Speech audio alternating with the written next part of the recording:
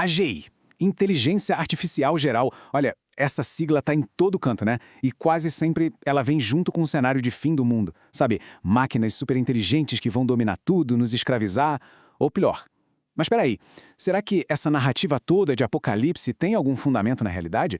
Hoje, a gente vai fundo para separar o que é hype do que é fato e entender os limites que são bem reais da inteligência artificial.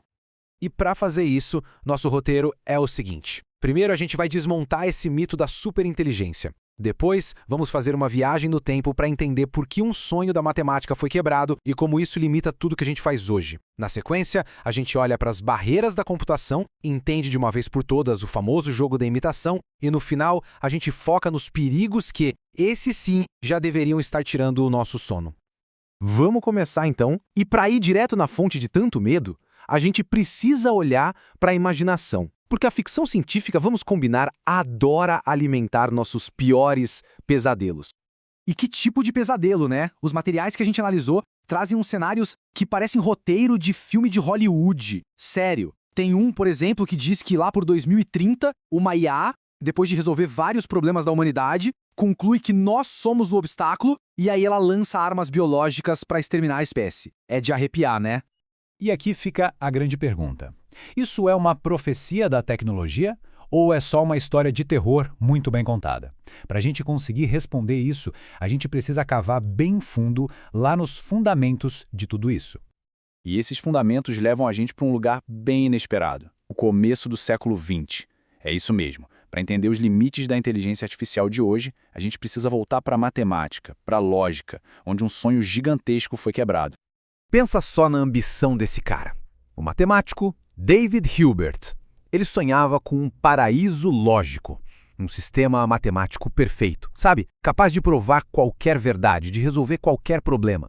Era a busca pela certeza absoluta. Só que esse sonho de perfeição, bom, ele não durou muito. Primeiro, em 1931, apareceu Kurt Gödel e provou que em qualquer sistema lógico poderoso sempre vão existir verdades que são impossíveis de provar usando as regras do próprio sistema. É um limite que já vem de fábrica. E como se não bastasse, 5 anos depois, Alan Turing deu o golpe final. Ele mostrou que existem certos problemas que são simplesmente indecidíveis. Ou seja, não existe computador, não importa quão potente ele seja, que um dia vai conseguir resolver. Fim de papo. Tá, mas e o que isso tem a ver com a tal da AGI? Simplesmente tudo. Significa que a própria base da computação moderna já nasce com limites que não dá para ultrapassar. A ideia de uma IA que sabe tudo, que resolve tudo, onisciente, ela é, na sua essência, uma impossibilidade matemática. Ok, então já entendemos que existem limites lógicos. Mas tem outra barreira, talvez ainda mais profunda, que separa a máquina do ser humano. E ela tem a ver com a própria natureza de como a gente percebe a realidade. Pensa assim. Nós, humanos, vivemos num mundo analógico. A nossa experiência é um fluxo contínuo, cheio de nuances, de contexto, de ambiguidade. Já os computadores são digitais. Eles precisam pegar a realidade e quebrar em pedacinhos discretos, em zeros e uns. O que eles têm é sempre uma aproximação do mundo, nunca o mundo em si. E essa é a diferença que muda o jogo. Como diz a citação, a máquina nunca vive o mundo, ela apenas o simboliza. Ela pode simular um pôr do sol com perfeição, pixel por pixel, mas ela nunca vai sentir o calor na pele. Uma simulação, por mais perfeita que seja, não é a realidade.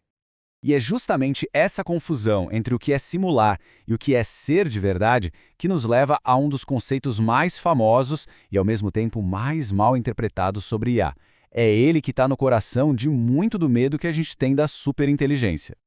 O famoso teste de Turing. A ideia original dele, lá de 1950, era um jogo de imitação. Um juiz humano conversando por texto, sem saber com quem, e se ele não conseguisse dizer quem era a pessoa e quem era a máquina, pronto, a máquina teria passado no teste. Só que aqui está o pulo do gato e é onde muita gente se perde. Os materiais que a gente analisou mostram que o teste mede a capacidade de imitar, e não de entender ou de ter consciência. É como um aluno que decora a prova inteira. Ele pode tirar nota máxima, mas isso não quer dizer que ele seja inteligente. As IAs de hoje são mestres na imitação, e essa imitação tão convincente que acaba alimentando todos esses cenários apocalípticos. Essa analogia do teste da gaivota é perfeita para entender isso. Imagina um teste para voar onde o método é parecer uma gaivota num radar. Aí chega um avião 747 que obviamente voa muito bem e ele é reprovado. Por quê? Porque o teste não está avaliando o voo, ele está avaliando o ser uma gaivota. O teste de Turing faz a mesma coisa, ele não testa a inteligência, ele testa o ser humano. Certo. Então, se essa AGI do apocalipse não é algo viável com a tecnologia que a gente tem por causa de todas essas barreiras, então tá tudo bem. A gente pode ficar tranquilo? Não exatamente. A questão é que talvez a gente esteja com medo da coisa errada. Vamos só recapitular. Um cenário tipo Ultron, tipo Skynet, hoje é ficção científica. A IA moderna tem limites que são fundamentais. As barreiras lógicas de Gödel, as computacionais de Turing e a própria barreira da sua natureza digital, que só simula, mas não vivencia a realidade.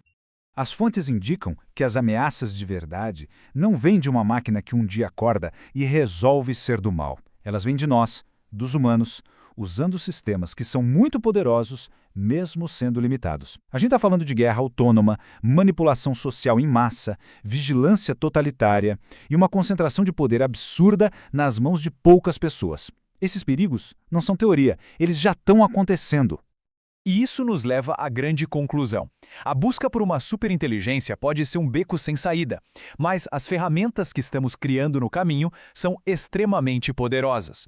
No fim das contas, a IA é limitada. O verdadeiro perigo, a pergunta que realmente importa, não é o que a máquina vai fazer, e sim quem está no controle dela.